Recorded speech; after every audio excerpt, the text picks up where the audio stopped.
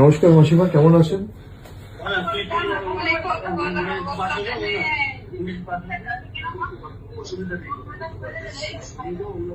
আপনারা থানায় কমপ্লেন করেছেন?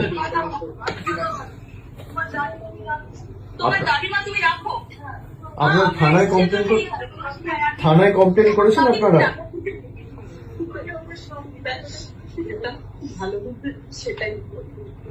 আপনারা শক্ত থাকুন, আপনার কি এক মেয়ে?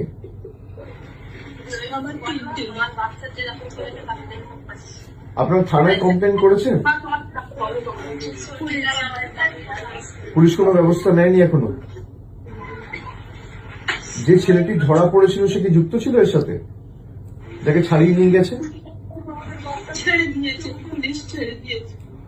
আপনারা শক্ত থাকুন, এ নিয়ে মামলা টামলা যা করতে হবে হাইকোর্ট সুপ্রিম কোর্ট অব্দি আমরা আমাদের সামর্থ্য অনুযায়ী পূর্ণ সহযোগিতা করবো, দরকার হলে সুপ্রিম কোর্ট অব্দি যাবো। আপনারা শক্ত থাকুন। না, আপনারা শক্ত থাকবেন, তার ব্যবস্থা আমরা করব।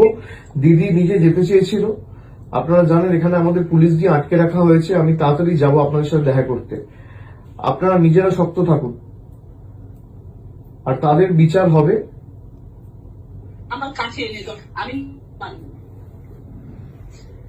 না মাসিমা, আপনি আইন তো আমরা হাতে তুলে নেবো না, কিন্তু বিচার হবেই। আপনি শক্ত থাকুন। সন্তান ছেলে মেয়ে তো চলে গেলে এর থেকে বেশি যন্ত্রণা, বেদনাদায়ক, মর্মান্তিক কিছু হতে পারে না।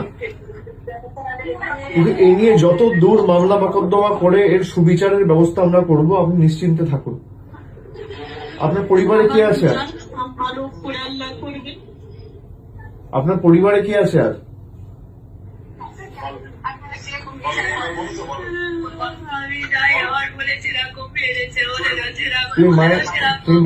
তুমি মায়ের শরীরের যত্ন নাও, মাকে এভাবে কাঁদতে দিও না।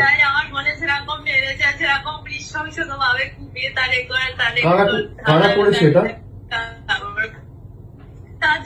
কারা করেছে বন্দি আমার?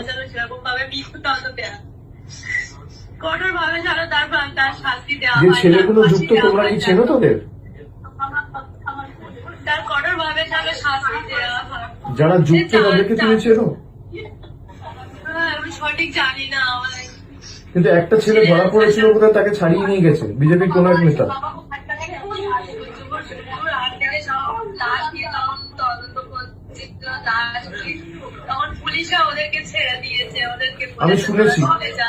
আমি শুনেছি এটা নিয়ে আমরা সুপ্রিম কোর্ট অব্দি যাব, এবং এর সুবিচার পাবে।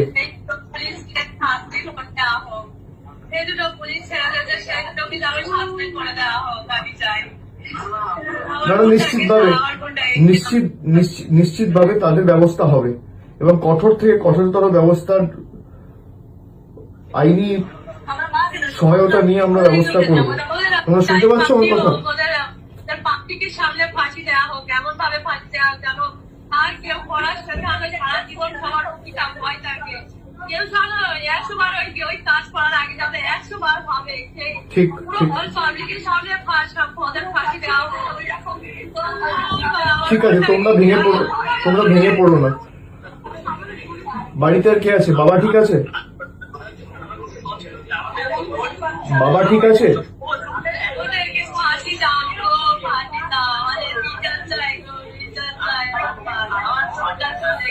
ঠিক আছে লক্ষ্মী বোন আমার, তুমি কেঁদো না। আমি তোমায় কথা দিচ্ছি বিচার পাবে, ঠিক আছে? এর জন্য যত দূর আমাদের যেতে হয় আমরা যাব। ও আমার নিজের মেয়ের বয়সী, আমার মেয়ের 12 বছর বয়স। না ছাড়বো না, আমি কথা দিচ্ছি। শোনো, আমার মেয়ের 12 বছর বয়স। এই নৃশংস কাজ যারা করেছে তাদের কোনো ক্ষমা নেই।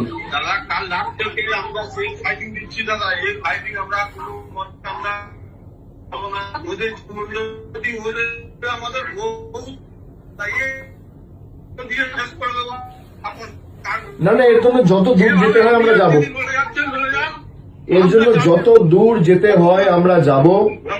আমি কথা দিচ্ছি আমি নিজে এটা টেক আপ করবো। আমার যতটুকু সামর্থ্য রয়েছে, সীমাবদ্ধ সামর্থ্য আছে, আমি নিজে হাইকোর্ট সুপ্রিম কোর্টের বিচার পাওয়ার জন্য যত বড় আইনজীবী লাগানোর দরকার আমরা লাগাবো। তোমরা এই নিয়ে চিন্তা করো না, কেমন? আপনি পাশে থাকুন দাদা, আমি আছি, পাশে থাকুন। আর আমি 2-1 দিনের মধ্যে গিয়ে দেখা করবো। আমার নাম্বারটা আমি দিয়ে দিচ্ছি, আমার সাথে সবসময় যোগাযোগে থাকবে। হ্যাঁ, আমার সাথে সবসময় যোগাযোগে থাকবে।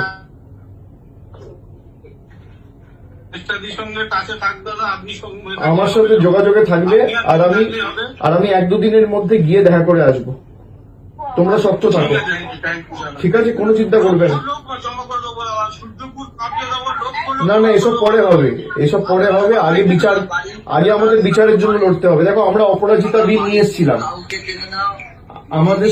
আমাদের সরকার যখন আরজি করের ঘটনাটা ঘটলো 2024 সালের 9ই আগস্ট, আমরা সেপ্টেম্বর মাসে অপরাজিতা বিল এনেছিলাম।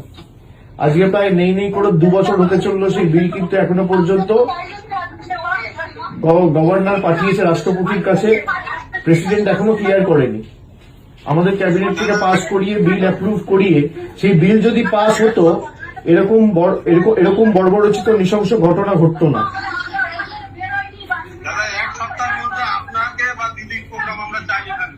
না আমি যাব। তুমি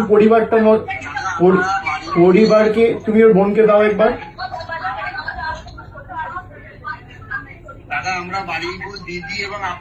তুমি ওই ঠিক আছে, তুমি ওর বোনকে দাও একবার, ওর বোনকে দাও।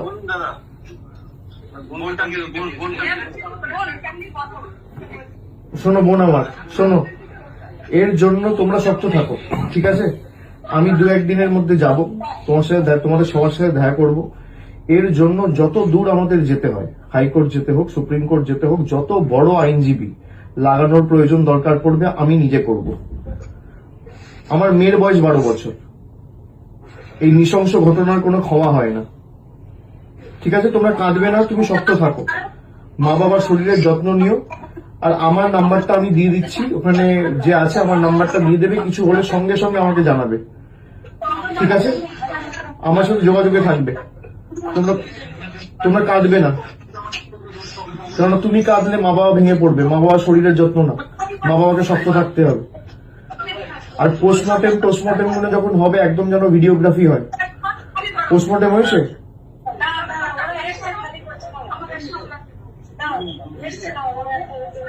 পোস্টমর্টেম করেছে?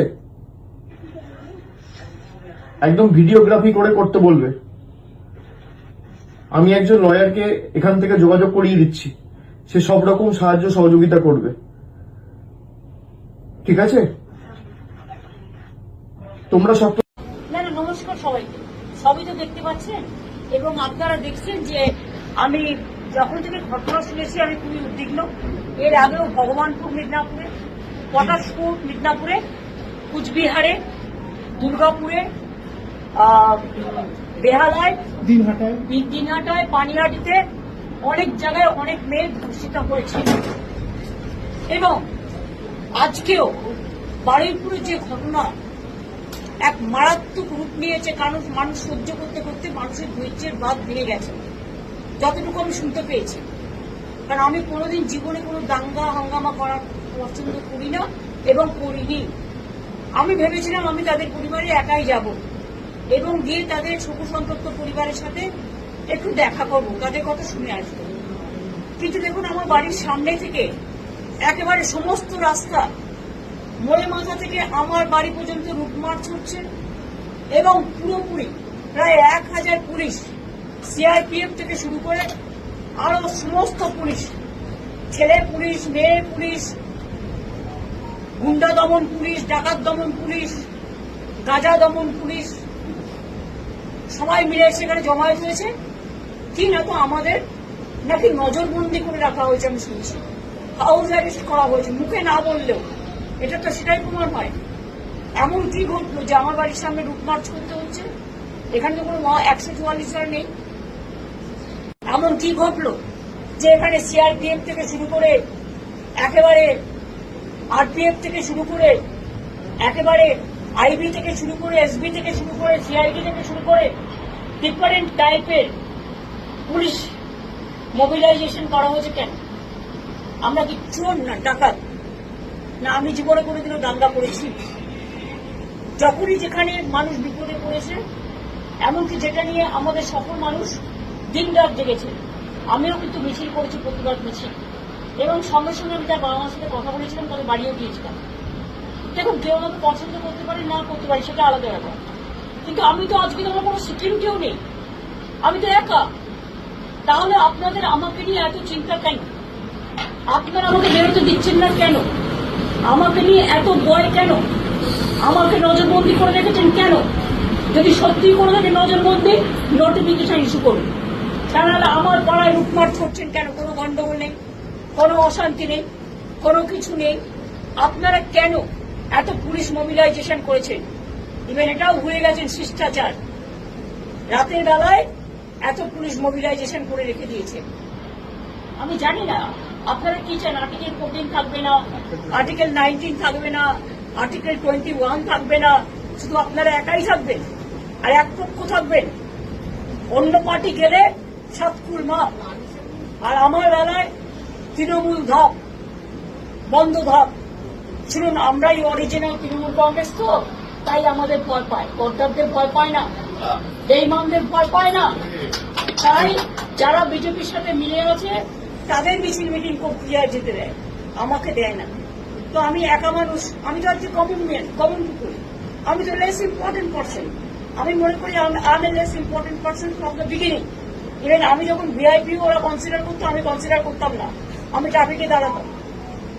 তার কারণ আমি কোনোদিন আমার সাধারণ জীবনযাপন থেকে সরে যাইনি, কোনোদিন যাবও না। কাজে আপনাদের কাছে আমি বলবো, যে কথা বলছে অরিন্দম ভাই সম্পূর্ণ সত্য। আমি যেতে না পারলেও তাদের পরিবারের সকলের সাথে আমার কথা বলছে। বাদ বাকিটা আমি উচ্চ রাখছি পরবর্তীকালে।